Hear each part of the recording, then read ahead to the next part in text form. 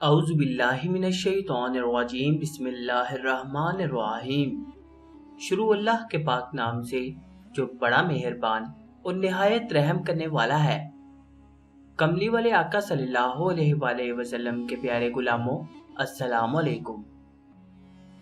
मोहतरम दोस्तों, आज की इस वीडियो में रसूलुल्लाह सल्लल्लाहु अलैहि वसल्लम से मरवी एक इबरतनाक वाक़या बयान किया जाएगा। आपसे इल्तमास है कि वीडियो को आखिर तक मुकम्मल मुलाहिज़ा करें। इंशाअल्लाह ताला आपको इससे यकीनन एक अच्छा सबक मिलेगा।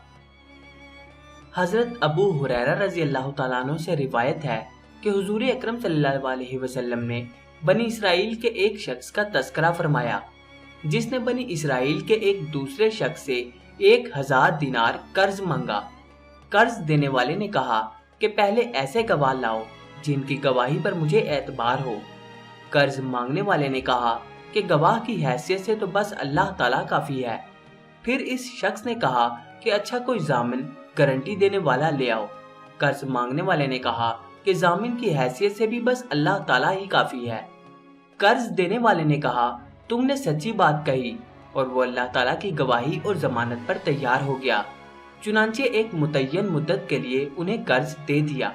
ये साहिब कर्ज लेकर दरियाई सफर पर रवाना हुए और फिर अपनी जरूरत पूरी करके किसी सवारी या कश्ती वगैरह की तलाश की ताकि इससे दरिया पार करके इस मुतय्यना मुद्दत तक कर्ज देने वाले के पास पहुंच सकें जो उनसे तय हुई थी और उनका कर्ज अदा कर दें।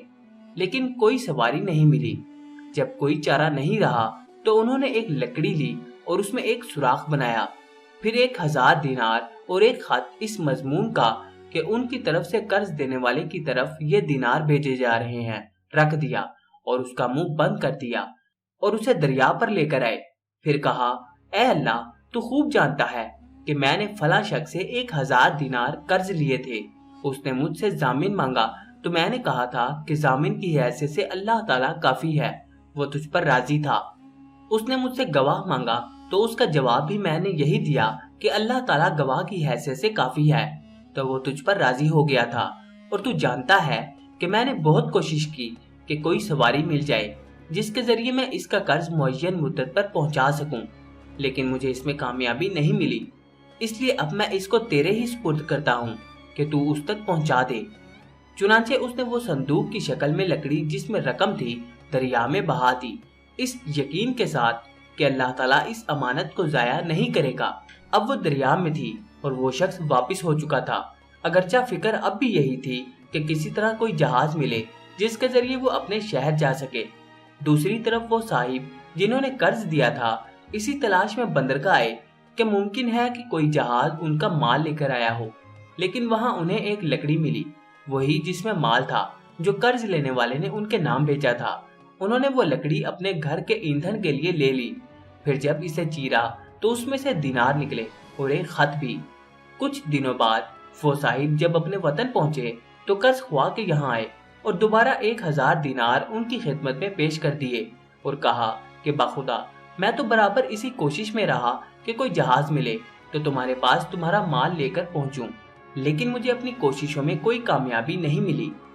फिर कर्ज खुआ ने पूछा, अच्छा ये तो बताओ, कोई चीज भी मेरे नाम आपने भेजी थी? मकरूज ने जवाब दिया, बता तो रहा हूँ कि कोई जहाज मुझे इस जहाज से पहले नहीं मिला जिससे मैं आज पहुंचा हूँ। इस पर कर्ज खुआ ने कहा कि फिर अल्लाह ताला ने मुझे आपका वो कर्ज अदा कर दिया जिसे आपने लकड़ी में भेजा था। चुनांचे वो साहब अपना 1000 दिनार लेकर खुशी खुशी वापिस हो गए। कर्ज लेते और देते वक्त उन अहकाम की पाबंदी करनी चाहिए जो अल्लाह ताला ने सूरह बकरा की आयत नंबर 282 में बयान किए हैं। ये आयत कुरान करीम की सबसे लंबी आयत है। इस आयत में कर्ज के अहकाम जिक्र किए गए हैं।